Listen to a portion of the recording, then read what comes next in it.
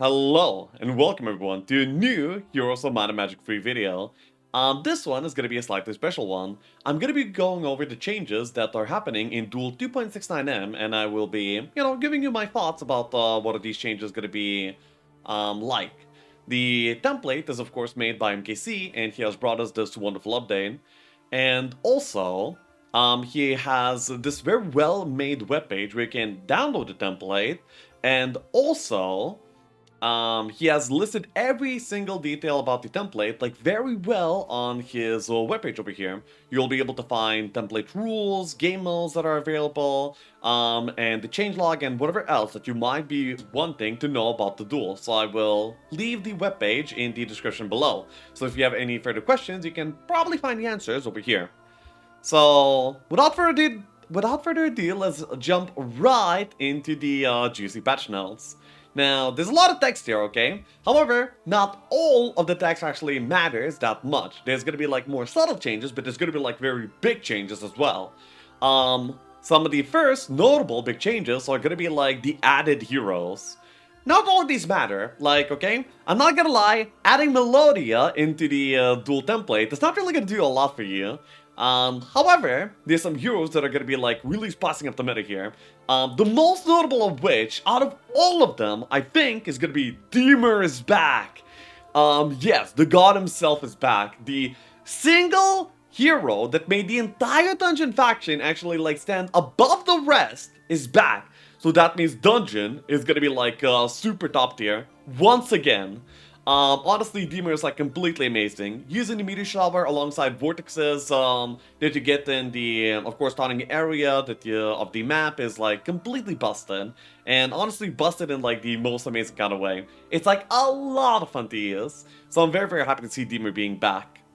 Then also, in the added heroes, we have like some very interesting options like Neela. Neela is a tower hero that is an armor specialist, and armor specialty is the strongest specialty in the game. However, of course, playing Neela, you have like some very obvious downsides. For example, she has a Scholar. I mean, Scholar is the secondary skill in a one hero template. It is completely garbage. It's a dead skill. By the way, I should probably have these alerts off. My bad. So yeah. Then, another good option is gonna be Galfran. Galfred is actually completely amazing and really, really awesome as well. He actually enables a whole new playstyle for Necropolis, being like very skeleton focused alongside other army too. Now, actually, it's not a completely new style. However, the style used to be like the kind of style where you would actually go into late game rather than start immediately. You would like use some skeletons, then transition to vampires, then transition back to skeletons at some point later into the game. But now you can actually start and keep rolling till the very end with skeletons, and they are like way stronger on Galfrin as well. They get extra stats, extra speed, also like being might based on the Galfrin is also like way better for the skeletons. It feels amazing. I already played actually some games with this, and let me tell you, it feels way better than the vampire Necropolis even. So yeah. Speaking of Necropolis, there's like a very big thing about Necropolis. You're no longer guaranteed a vampire box on the biome. However, you can still get up to one vampire loot box.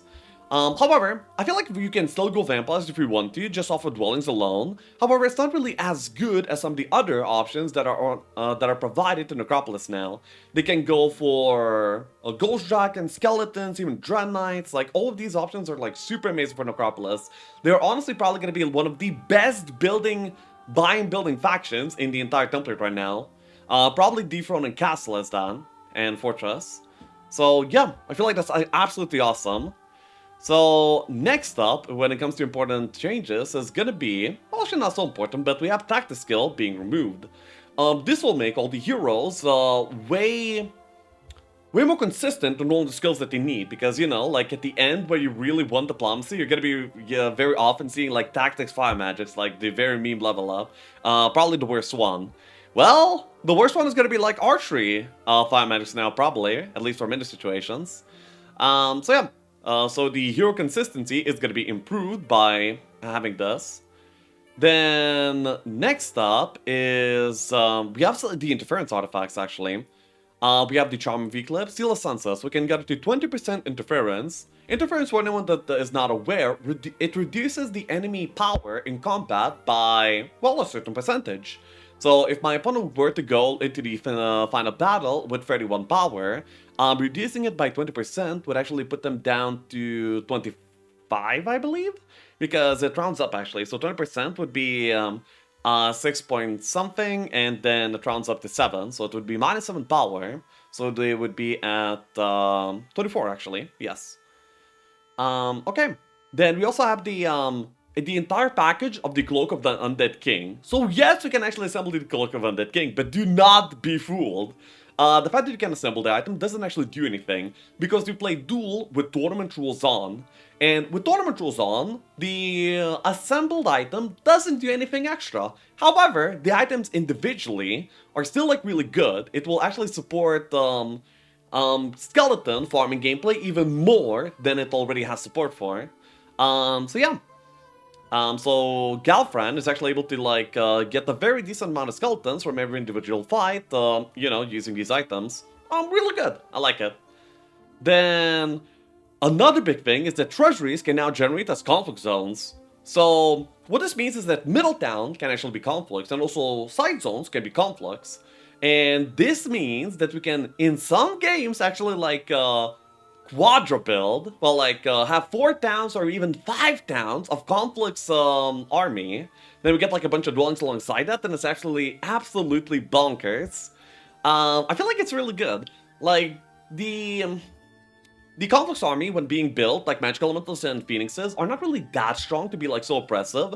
Being able to actually get so many of them will actually make them a competitive choice compared to other things as well. And you know, like nobody usually built phoenixes and magic elementals often at all. Maybe as like a meme or as a novelty of some sort. But with this, we're probably going to be seeing it happen like way more often from now on, which I find completely amazing. It's going to be like a lot of fun, and actually has been since I've been trying it for like a little while now too. Then we also have the rebalancing of all the dwellings that are going to be present on the map. So in this webpage, we can actually scroll down and then actually scroll up, not down, my bad. And then there is a dwelling tier list. So every single time you want to know how many dwellings there are in a certain zone, you can tell using this tier list. For example, I want to know how many Hall of Darkness there are in my biome when I'm playing Necropolis. I'll go to the biome section, extra large of course. Then we're gonna be going over to tier 6 units. Um, okay, tier 6, and then we find the Black Knights, and there are 8 Black Knight dwellings, by the way. That's completely bonkers. That's one of the main reasons why the Necropolis will probably become one of the best biome building factions available in the game. It's really good. It feels so fun to play. So apart from this, there's also like 2v2 and FFA versions available now. So if you want to play with some friends, you have a group of friends, you can actually like load up some good old Duel as well. It's no longer an exclusively 1v1 format. So there we go. That is also pretty awesome. Then another big thing that happened in the new Duel is diplomacy in the biome was nerfed to 25%. So the way that it used to work is like this. The biome was 50% joiners, the desert was 25% joiners, but there were big fights known as the guards between the two zones. And they would either be adjacent to like your biome or the desert, and based on where they were adjacent to, you would either get 25% join or 50% join, which was like a really big deal. That will no longer be the case. So you no longer need to like scout out the guards, like try to guess whether they're going to be 25% or 50% and then try to get them. If you want to use diplomacy at the 50% rate, you will have to go to the side zone. And yeah, so now side zone is made exclusively, diplomacy is now exclusively usable pretty much only in side zones. I still think diplomacy is going to be like really relevant. It's still like really a very strong way to get army, but it's not going to be like as strong, and it will not really have as much tempo as you could possibly have as well. Because, you know, not having to go to the side zones and being able to like just deploy some guards immediately when you get gold was used to be like really strong. So now it will be like a little bit less high rolly in such a way. So that is something that's very important that ended up happening. Then We also have like the side treasuries will probably not be dungeon most of the time. I think that's fine. Like, mana vortex is not very impactful, or maybe there's like other reasons too. I'm not really sure, but that is a thing. Then, oh yeah. So in the side zones, there's always a bunker that has, that used to have some neutral army, possibly a Nature Dragon, that was the most notable one, and an old spell box. The layout remains pretty much the same. There's like a bunker in the corner of the side zone, and it still has the old spell box. However, in terms of the other content that's there, it's actually a little bit different right now. So it's gonna be like one of two possible bunker options. The first option is gonna be a neutral bunker, which is really interesting. In a neutral bunker, you're gonna be having a conflicts town, meaning that conflicts can maybe like build even more army of their own faction, by the way, and if it's middle, then even more. So yeah. The neutral bunker will have 100% diplomacy ratio. So if you find like some army there and you can deploy it, you're actually going to be getting not 50% but 100% of it. And sometimes you can actually just find 4 Acer Dragons there and you can 100% efficiency double them. It's really, really cool. However, of course, you're limited to neutral army in the bunker, so you're never gonna be able to like find angels, behemoths, or anything like that. It's gonna be like Rust Dragons, like Acer Dragons, Trolls, Enhancers, and so on. So yeah, that is the neutral bunker. That is gonna be like one of the 2 bunker options in the side zone. The other one is gonna be a regular bunker. It now will mirror the middle town. And that's honestly like pretty cool. It's the fact that it mirrors the middle town means that you can possibly triple build middle army without taking over the opponent's side, which is gonna be, yeah, it's gonna be pretty strong, I think. And also this bunker will have 50% joints, not 100% joints. I was actually a little bit surprised by this in one of the versions when I was trying it. Another thing to note. Actually, no, I will note it a little bit later. Another big, massive change, and honestly, one of my favorite changes in the current version, in this new version, is going to be the obelisk.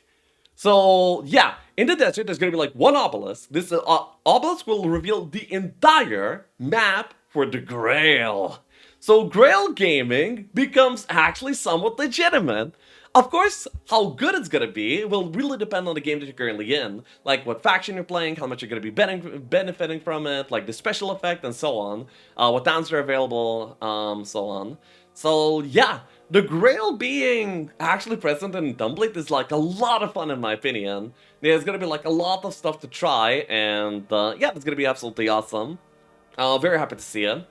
Then also, Oasis was nerfed. It was basically effectively removed from the template, but it can now like very rarely spawn in. So MKC didn't want to outright remove this, he just made it like exceedingly rare. I played quite a few games already, I haven't seen it once, so yeah, effectively removed, that's how I'm gonna treat it. You know, like Oasis was the generator of many tiers, including my own ones. Honestly, I would rather have like some tier inducers and template. They make for a more spicy experience, but I can see why you would go. So yeah. I think this notes out all the very notable changes that are in the template. There's a few honorable mentions of changes that I really want to mention that didn't end up making it through to the final version. There used to be the 10% interference cloak that used to be available in one of the test versions, but ended up getting removed. I feel like it added quite a bit of a spice to the game, and being able to resist something of the cloak was a lot of fun. It also gave like a notable alternative to the tabard, because currently the only thing that we can equip in the miscellaneous slot is basically the tabard, and having another option was actually like a lot of fun. And then another notable change that ended up getting removed is the portal in the side biome. So you know how the side zones have the bunker, which you can get to by going to the corner? There was another option on how you could get to the bunker, and that was a portal that was randomly placed in a position in the side biome. So you could either go for the subterranean gate or for the portal to get to the side zone. Because the portal could actually spawn in the corner of the side treasury, you could possibly get some sneaky routes of attack towards the opponent. Of course, you could be getting attacked for that route as well, though. It made for some interesting, possible, but not guaranteed connections, which I found to be quite a bit of fun when testing it. And I'm kind of sad to see it go, but I think many players were like, that's your RNG. Honestly, RNG, I think, flavors up the game rather than removing anything from it. Well, of course, to a certain extent. I feel like that was still possibly a healthy extent. But still, there's enough of a meta shakeup here that there's gonna be like a lot to try, and it's gonna be like a lot to explore. And yeah, I keep posting videos of the new duel, and maybe I'll make another video of how I feel about all these changes when I know it more concretely. There's also gonna be like a video that I'll be posting of the faction tier list. However, currently I still know what factions are good or bad and how they compare to one another. Because some factions got buffed, some got nerfed, but you can't really tell easily how much they actually got nerfed or buffed. For example, many people were saying that the removal of the guaranteed vampire boss will actually destroy Necropolis, and they would pay like an exorbitant amount to play any other faction apart from Necropolis. However, I found them to be all completely wrong. Honestly, the vampire box and the vampire gameplay was honestly weighing down on the players, and they were not seeing the true beauty of the Necropolis, which is skeletons, dread knights, and ghost dragons. We have now more of that and less of the anchor that was the vampire box. So now we can actually enjoy some actual, true, strong Necropolis units. It's gonna be amazing. So yeah, I think I honestly think that I cannot tell the faction ratings yet. So when I can, I'll post the tier list as well. I hope you enjoyed me going over the changes, and yeah, many cool new strats and videos to come. I hope you will, be there to see it. Subscribe to my YouTube if you haven't already, and also follow me on Twitch. I stream almost every single day, except for this one. So yeah, see you, and till the next one.